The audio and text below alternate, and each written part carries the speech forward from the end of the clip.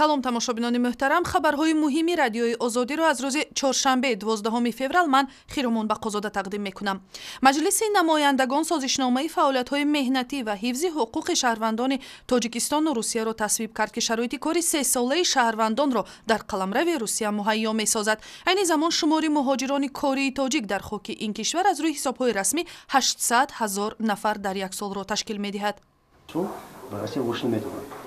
لیکن بهرو این شاید اوناسی مواد که نسبت به مسئله زیادتر باشه رو داشته کردی و یعنی زیادتر موضوع پیش رفتن باید آماده باشیم برای خود رفتن. سازشی مذکور در جریان بازدید اخیری پرزیدنت روسیه ولادیمیر پوتین از تاجیکستان تیر ماه سال 2012 حاصل شده است.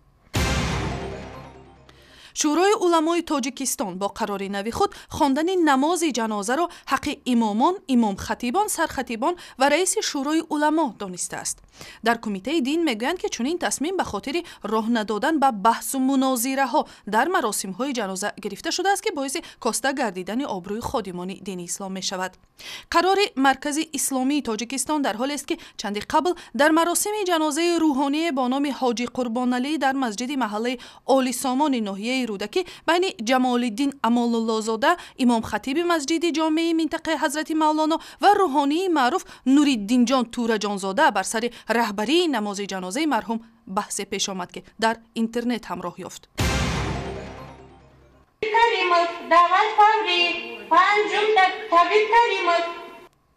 масъулини бемористони ёрии таъҷилӣ мегӯянд, ки бо сабаби банд будани роҳҳо рӯзи 10 феврал натавонистанд ба кӯмаки марде бирасанд, ки аз дарди дил дар хиёбони Душанбе даргузашт. Фахриддин Киромов дар назди даромадгоҳи бинои додгоҳи олӣ аз ҳуш рафт, вале ёрии таъҷилӣ даъватшуда натавонист сари вақт ба кӯмаки ин мард бирасад.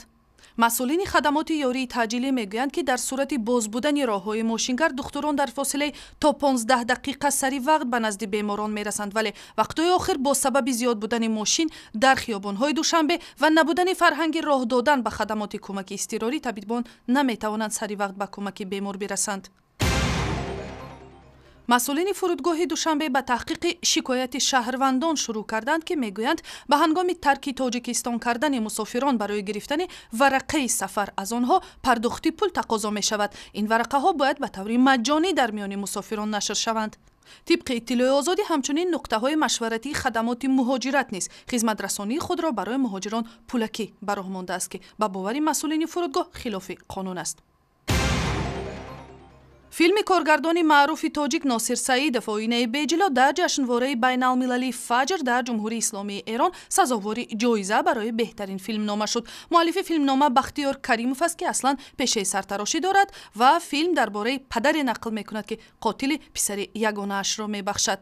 шакли муфассали суҳбати коргардонро аз сайти интернетии радиои озодӣ, шабакаҳои иҷтимоии фейсбук, твиттер, ютуб ва ҳам телефони ҳамроҳи худ дунбол кунед.